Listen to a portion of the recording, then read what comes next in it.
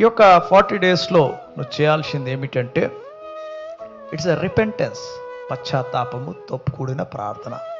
నువ్వు ఉపవాసం ఉన్నవారు, అయ్యా నేను ప్రతి ఒక్కరు కలిసిన వాళ్ళకల్లా కలిసి నీ పక్కన నీ ఫ్రెండ్ కలిసిన వెంటనే ఐఎమ్ ఫాస్టింగ్, ఎవరిని అడిగితే ఐఎమ్ ఫాస్టింగ్. అది నీకు దేవునికి ఉన్న సంబంధము. అది ఎవరికి సంబంధం అంట? నీకు దేవునికి ఉన్న సంబంధము.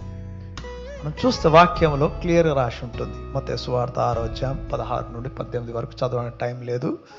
మన వేషధారుల వలె కాక నీవు చేసే ఉపవాసము ఎవరి నిమిత్తము చేస్తున్నావు అంటే, నువ్వు దేవుని నిమిత్తము, నీ నిమిత్తము నీవు ఎప్పుడైతే దుఃఖపడుచు ఆయన సన్నిధిలో గోజాడితే జ్ఞాపకం చేసుకోండి, దేవుడు నీ జీవితంలో అద్భుత కార్యాలు చేస్తాడు.